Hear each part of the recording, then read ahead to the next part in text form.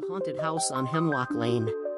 The gnarled branches of the ancient oak clawed at the crumbling facade of the Hemlock house, their skeletal fingers tapping a macabre rhythm against the grimy windows.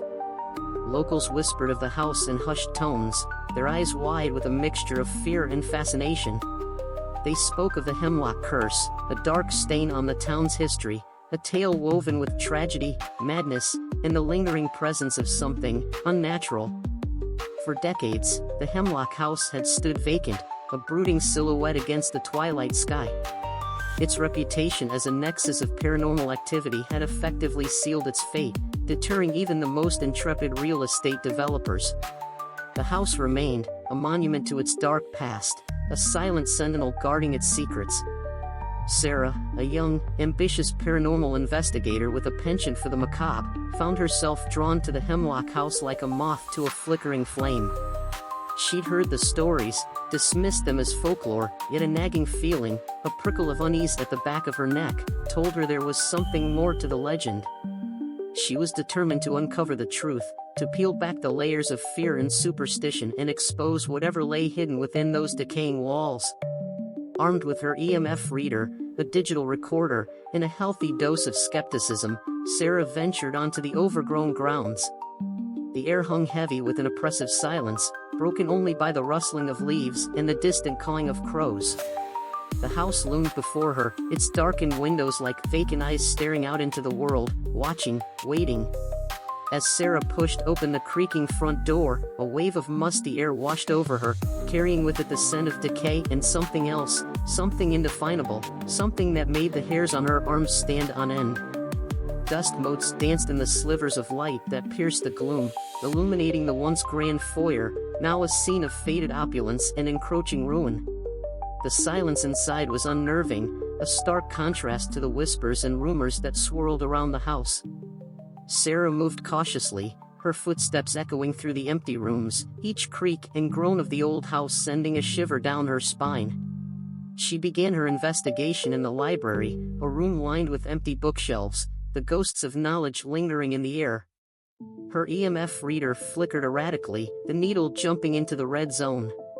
A cold spot settled over her, a chilling touch that seemed to emanate from the corner of the room. She felt a presence, a sense of being watched, though she was alone. As she moved deeper into the house, the atmosphere grew heavier, more oppressive. In the master bedroom, she found a child's rocking horse, its painted eyes staring blankly ahead, a silent witness to some long-forgotten tragedy. The EMF reader went wild, the air crackling with static. Sarah felt a tug on her sleeve, a phantom touch that sent her heart racing. She whirled around, but there was nothing there. In the basement, the air was thick with the smell of damp earth and mildew. The darkness was almost absolute, broken only by the beam of her flashlight. She could hear the dripping of water, a constant, rhythmic pulse that echoed through the cavernous space. As she moved deeper into the basement, she discovered a hidden room, its entrance concealed behind a loose stone in the wall. Inside the hidden room, she found a collection of old journals, their pages filled with the frantic scribblings of a woman named Eliza Hemlock, the last known resident of the house.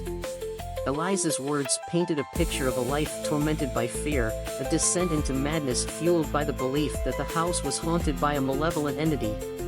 Eliza's journals spoke of strange noises, shadows moving in the periphery of her vision, whispers that echoed through the empty rooms.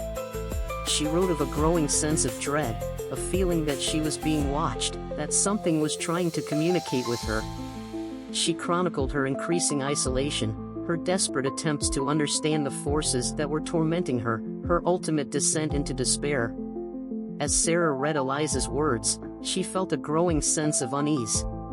The stories she had dismissed as folklore began to take on a new meaning. The whispers, the shadows, the cold spots, they weren't just figments of imagination. They were real. Suddenly, the lights flickered and died, plunging Sarah into complete darkness. The silence was broken by a blood-curdling whisper that seemed to emanate from the walls themselves. "Leave." Sarah's heart pounded in her chest. She fumbled for her flashlight, her hands trembling. The whisper came again, closer this time, "Leave, now." A cold gust of wind swept through the basement, extinguishing the last embers of light. Sarah was engulfed in darkness, surrounded by the oppressive silence, the chilling whispers, and the unseen presence that lurked within the walls of the Hemlock house. She stumbled back, her breath catching in her throat. She could feel the presence closing in, a dark, malevolent force that wanted her gone. She turned and fled, scrambling through the darkness, desperate to escape the clutches of the Hemlock curse. She burst out of the house, gasping for air, the cool night air a welcome relief from the oppressive atmosphere within. She didn't stop running until she reached her car, her heart still pounding in her chest. As she drove away, she glanced back at the Hemlock house. It stood silhouetted against the moonlit sky, its darkened windows like vacant eyes, watching her, waiting. Sarah knew she would never forget her night in the Hemlock house. She had faced the darkness, and she had survived.